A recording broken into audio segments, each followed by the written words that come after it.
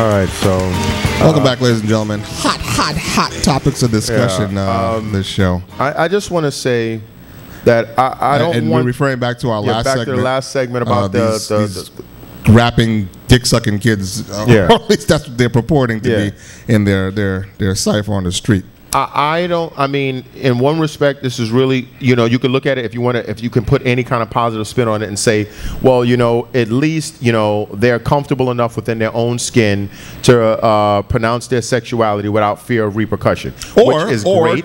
To play around with the belief of another sexuality, because again, we don't play that, you know, we don't play that as we say, we don't play that gay shit around here. Yeah, and we don't play that because, you know, the repercussions back in the days was, you know, was always something negative, you know, either ostracization or physically, you know, intimidation or something like that. So the fact that maybe the climate has changed, you know, to where this is, you can make these kind of acceptable, I mean, these kind of jokes, which is fine. I don't care what they are, because like I said, if it was girls talking about sucking dick, or if it was these same kids talking about fucking bitches, I would have still been like, this is just. To me, it's the vulgarity, the disgusting nature. As exemplified by fucking bitches.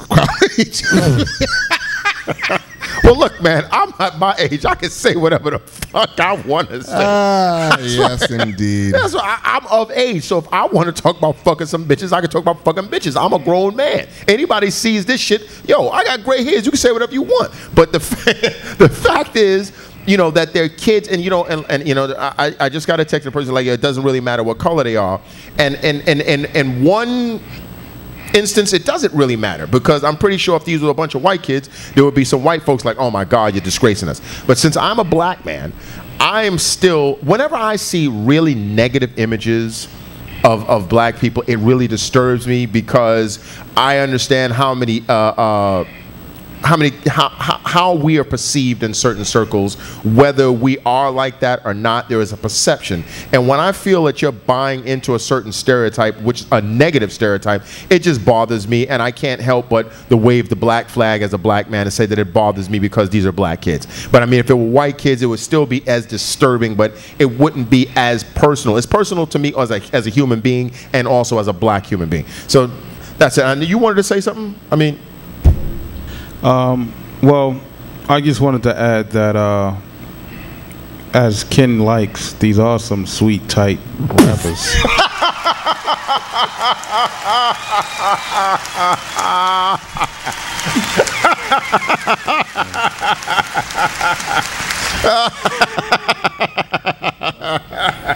Right up your alley. Up their alley. You see, but that's as far as it's gonna go. In this but you know what though? To be honest with you, real quick, we don't know what they did the video for. I mean, and nowadays, a video can get done as a joke.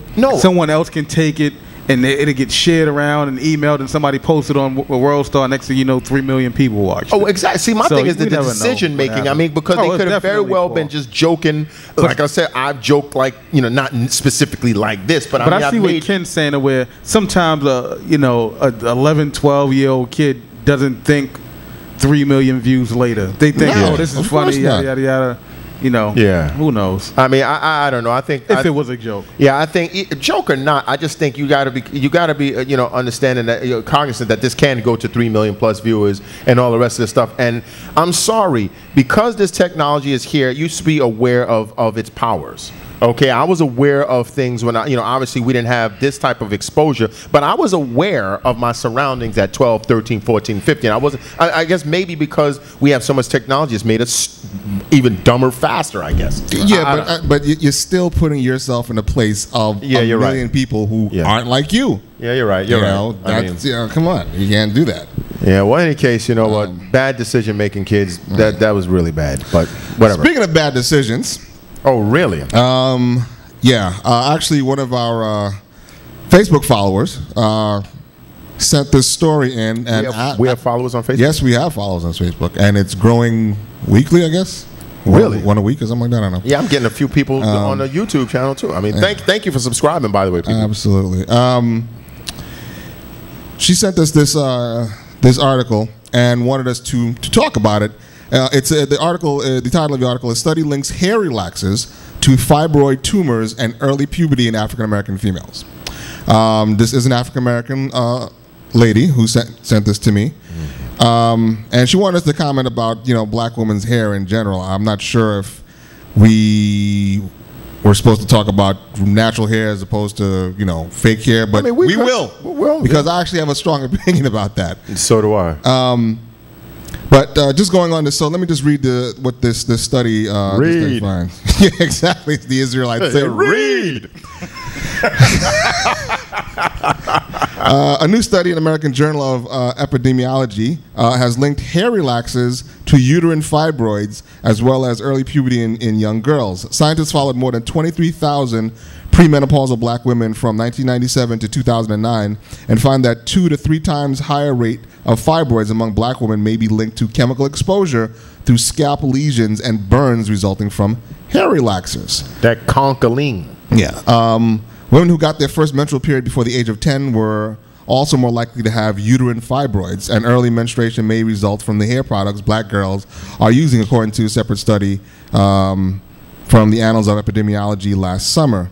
300 African American, African, Caribbean, Hispanic, and white women in New York were studied.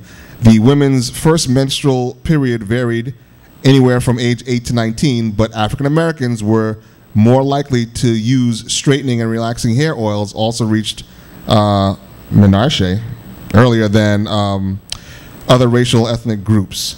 Now again, if you're familiar with the black woman, as we are as black men, you've seen the burns, you've seen the good hair. Okay, so before we start, we're talking about specific burns, not the burns on top of the ears, because that's a straightening comb. Right. I think it's the burns around the temple area. Usually the chemical burn. Whatever. A burn is a burn. I mean. Hold on one second. What you trying to find? No, I just want to give this girl, Catherine. That's the lady who sent us the message. Okay. So Catherine, you want to see what Catherine looks like?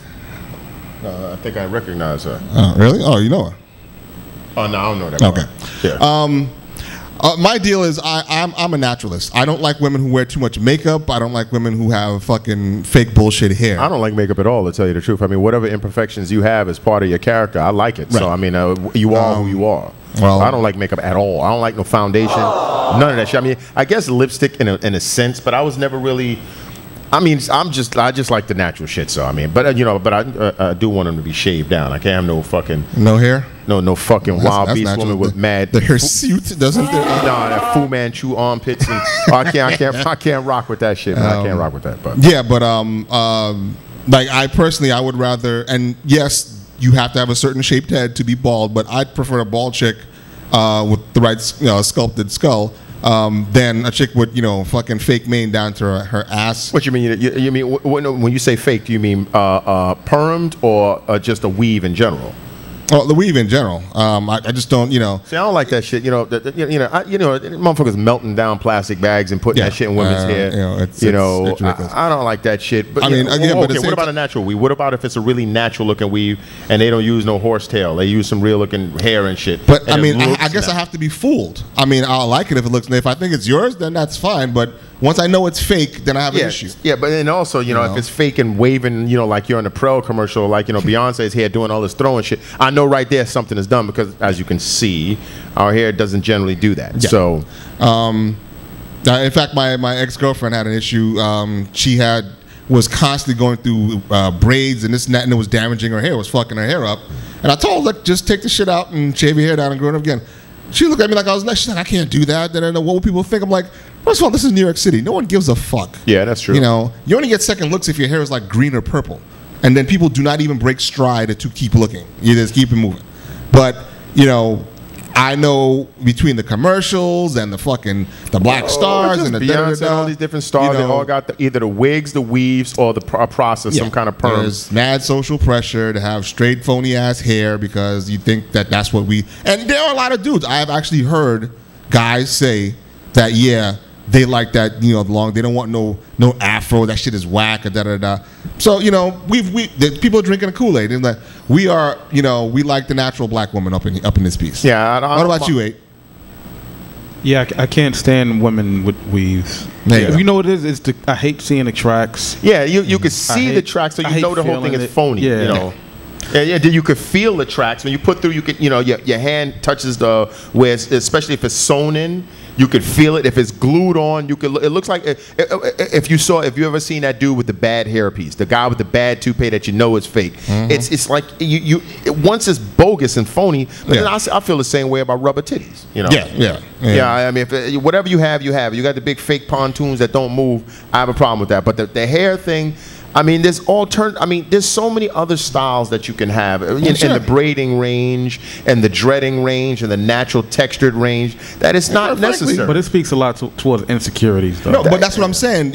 And we as men contribute to that immensely. Absolutely. Absolutely. And you know what? So I don't necessarily blame them because, I'm just, already, for when I'm not an expert on women's security or whatever, but it seems to be a lot of insecurities when it comes to certain things. And you figure if guys are like, you nappy headed heifer or whatever, they're probably gonna be like, well, I don't want to deal with that. I don't need to, I can be strong, but I don't need, this is one area where I can bend and yield a little bit and get your hair done and get your hair processed up. But I mean, because look, I mean, dudes literally have me like in the handball circles. I'm like, the guy called me nappy head. I'm like, I'm called Buckwheat, Riley, Riley, all sorts of stuff because I'm not rocking the low ball or the waves or whatever unless when I cut my hair, and I'm like, I don't give a fuck. I don't care because at the end of the day, it doesn't really matter. But you're right. Men have basically fostered that with that inside of these black women's minds, in my opinion, that they feel that they have to be able between men and advertisements. Because when you look, who are of course men who makes the advertisements. Yeah, exactly. Because you're right. How many of the celebrity beauties? Like one of the most attractive black women I've seen.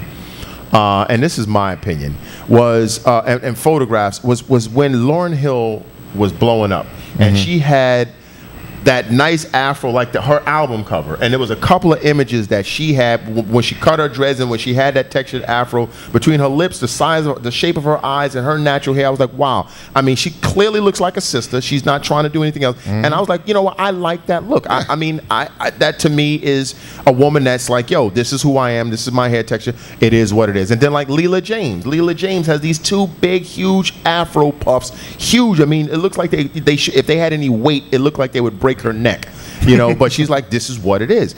So I mean, we're not talking, well, at least I'm not talking shit. My girlfriend has a natural afro puff right back here. Hair isn't processed, none of that shit. She doesn't wear a whole fucking lot, she wears lip gloss, Yeah, of course you're gonna moisturize or whatever, but I mean, like people that feel that, if they have a few freckles or whatever that they have to cake that shit on, I'm not for that. And, again, for men who aren't brainwashed by this shit, we can clearly see through the fakeness to see what you are. One of my friends, and I will try to find this picture. It might be kind of fucked up because she said this to me on the low, but one of my friends, she was talking to some guy who put on his Facebook page a picture of a chick who like takes a picture of herself like every fucking day. And she's in a Facebook group. She's on Facebook, really? Yeah, amazingly, right? Wow. And she's in they're in a Facebook group, and these dudes are like, oh my God, oh she's hot, blah blah blah, and she told me that this dude is fawning over her and just blah blah blah. I was like, okay, send me this picture. It took me 2 seconds, and I was like, this bitch isn't all of that, because she had the long blonde hair, which black women don't have. I can see the little bumps on her face underneath the makeup, which seems the to long make the fucking eyelashes with people can't grow. So I'm like, yo, this bitch doesn't look anything like this. And it took me about 10 more seconds, and I was able to see what her face really looks like under all that shit. When I wasn't getting dazzled by the fucking fakeness, I'm like, she's an average looking chick. Yeah, average looking chick.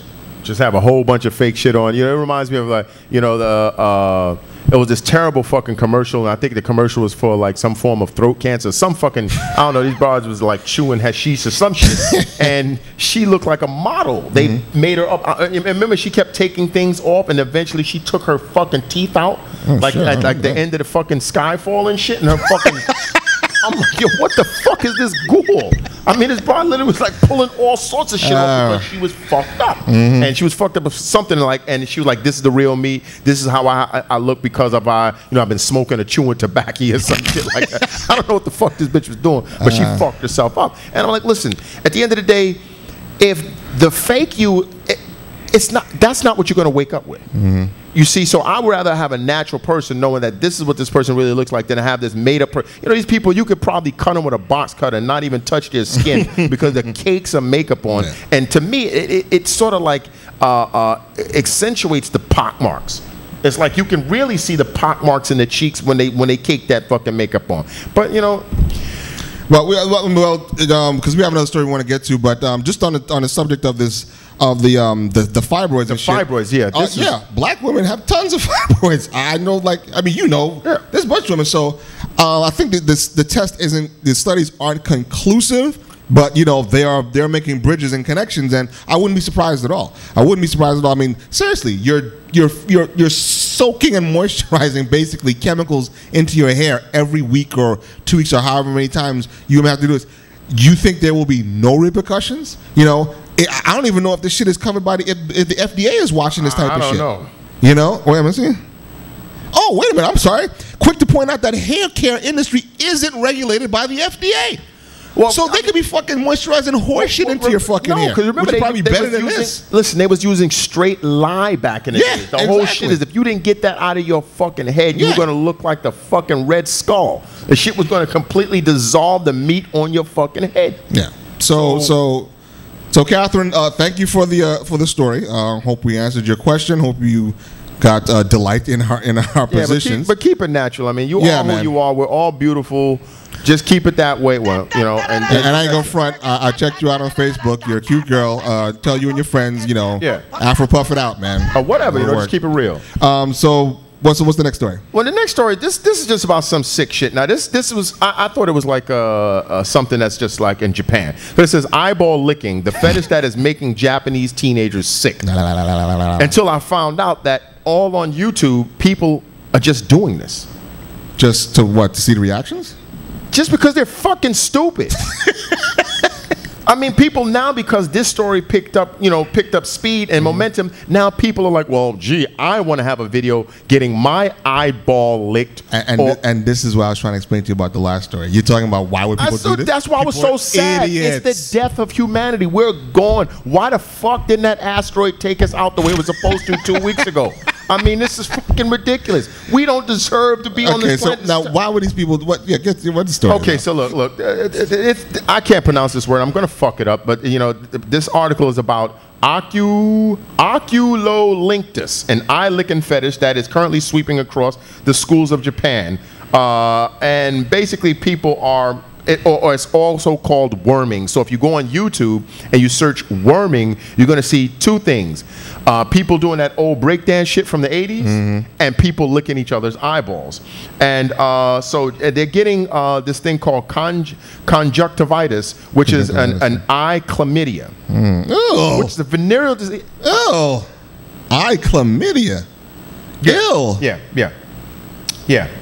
Yes. So apparently it's seen as a new second base, the thing you graduate to when kissing gets boring. So people were becoming, bored basically with the basic stuff. You know, you get the kiss, you grab the titties or whatever the fuck. You get the kiss, you rub your boy's crotch or whatever.